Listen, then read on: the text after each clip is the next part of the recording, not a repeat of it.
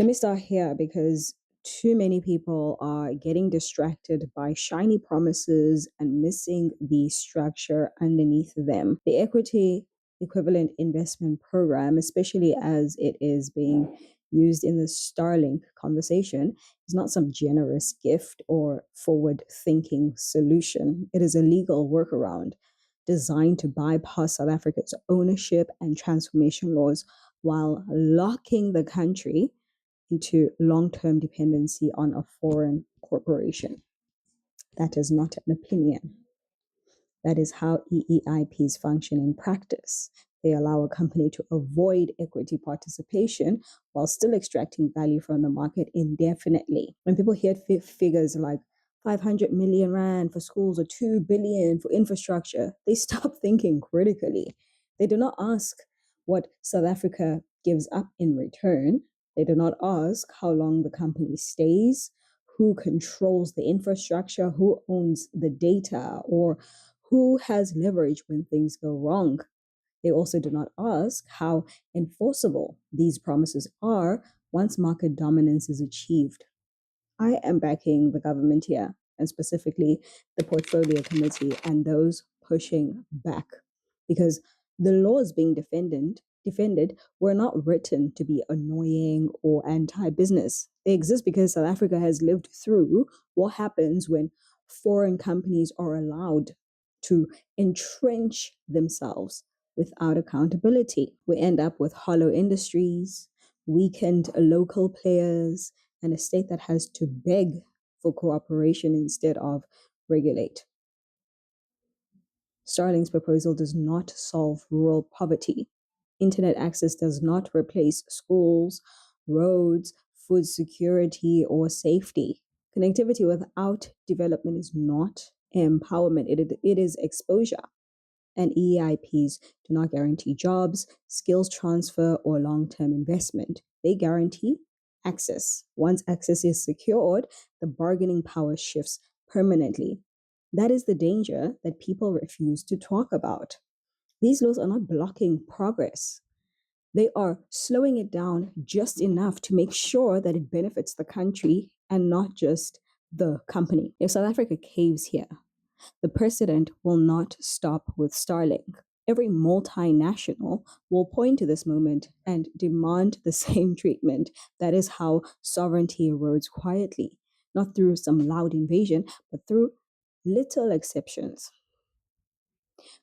What frustrates me most is how easily people confuse infrastructure spending with a commitment to a country.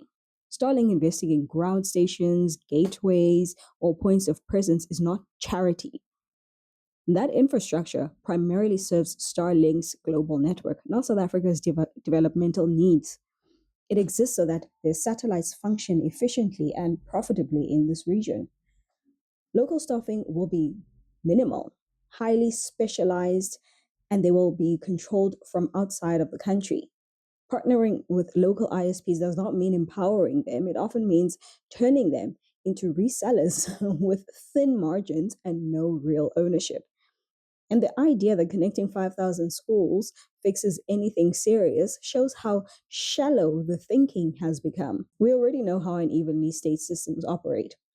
Equipment can be delivered without maintenance, without training, without accountability, and then written off as a success on paper.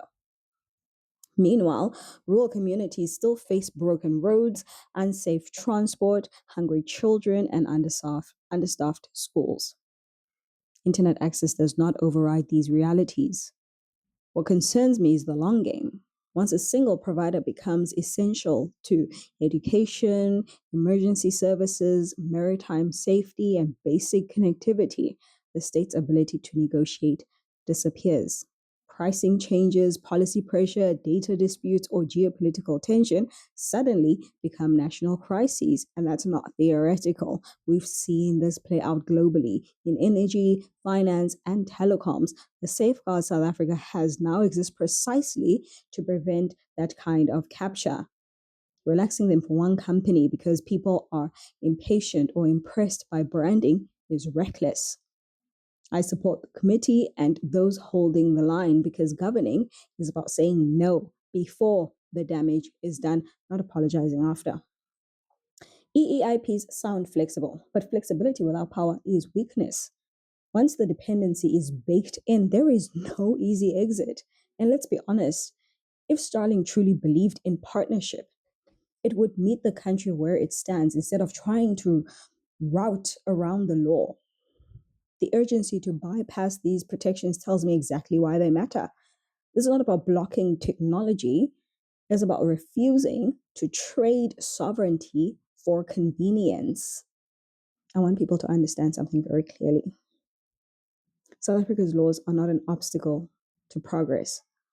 They are a response to history. We're not dealing with a neutral global market where everyone plays fair and power is evenly distributed. We are dealing with corporations backed by states and large capital and influence that far outweigh what developing countries can master individually.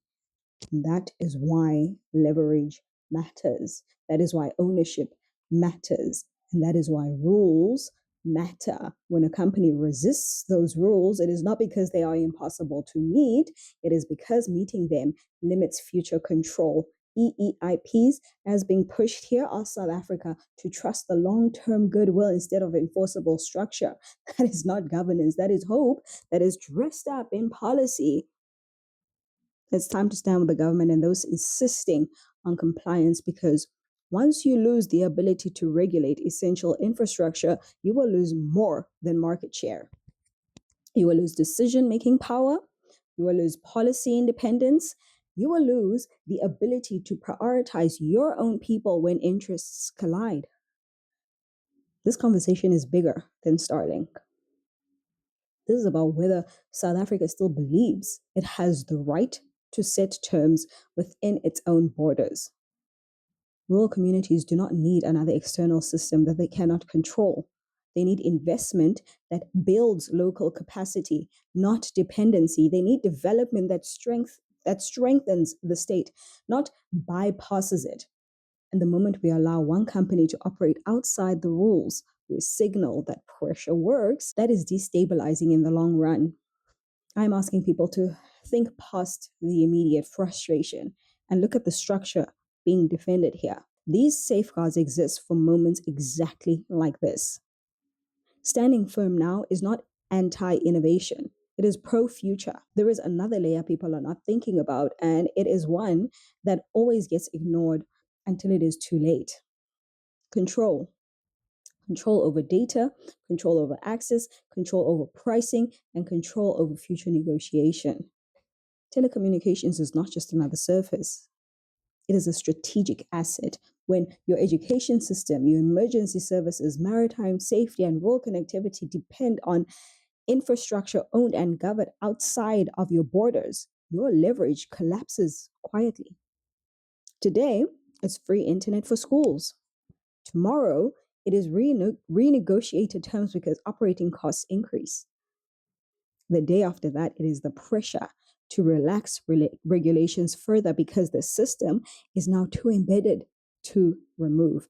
That is how dependency works. It does not arrive loudly, it settles in slowly while people are distracted by convenience and shiny things. It's time to back up the government because they are doing what governments are supposed to be doing and what we keep yelling at them for, which I think is beyond the next headline and the next election cycle.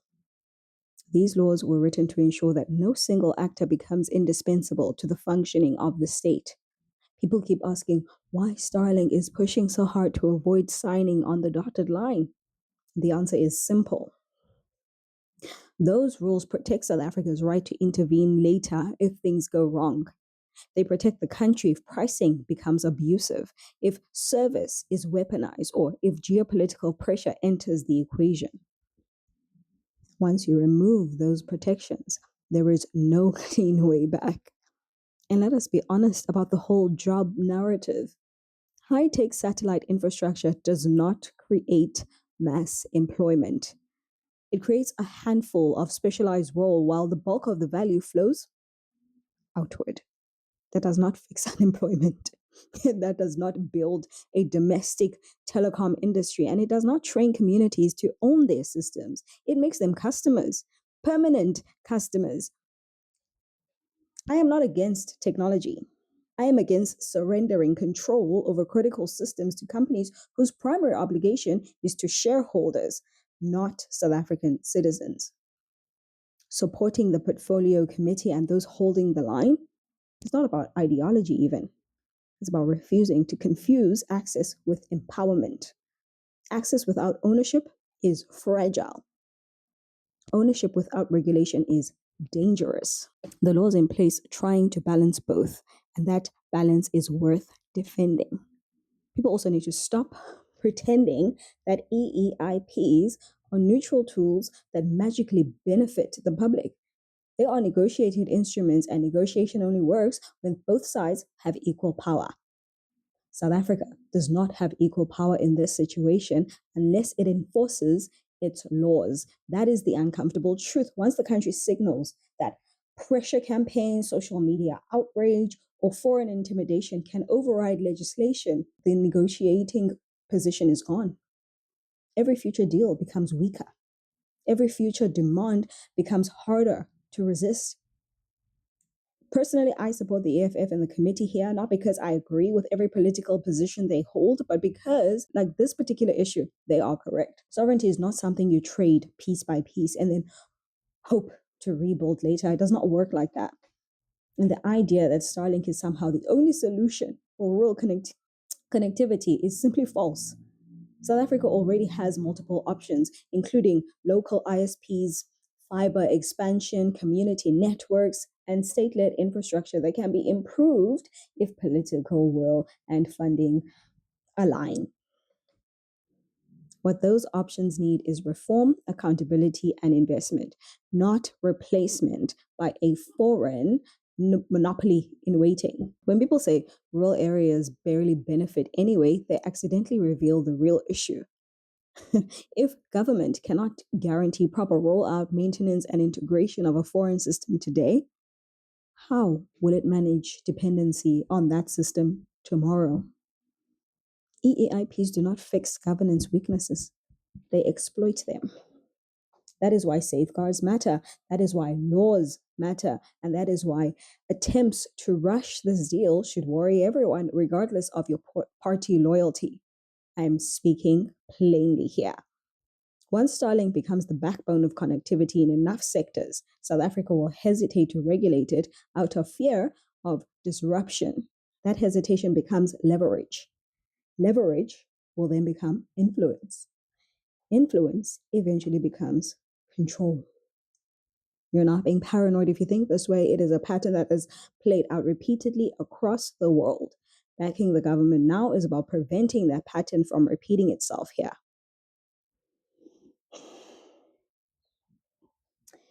And at the end of the day, this debate is really about whether South Africa still believes it has the right to say no.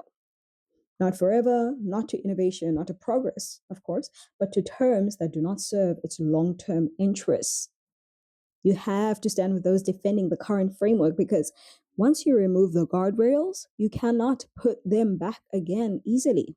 People keep framing this as government versus technology or politics versus progress. That framing is dishonest. This is about structure versus dependence. It's about whether South Africa builds systems it can govern or rents systems it must obey.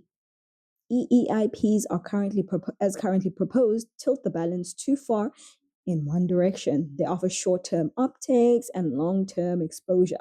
They ask us to trust that a global corporation will always act in our best interest, even when incentives change. That is not how the world works. Laws exist precisely because incentives change. I want a South Africa that welcomes innovation without surrendering control, that partners without kneeling, and that develops capacity instead of outsourcing it. That requires patience and discipline and the willingness to withstand pressure. The noise around Starlink is loud because the stakes are high. If South Africa holds firm here, it sends a signal that the era of easy extraction is over. And if it falls, it sends the opposite message. We've got to back up the government, the committee, and those resisting shortcuts, because the cost of getting this wrong will not show up immediately. It will show up years from now. when renegotiation is impossible and dependency is complete. Standing firm now is not obstruction, it is foresight.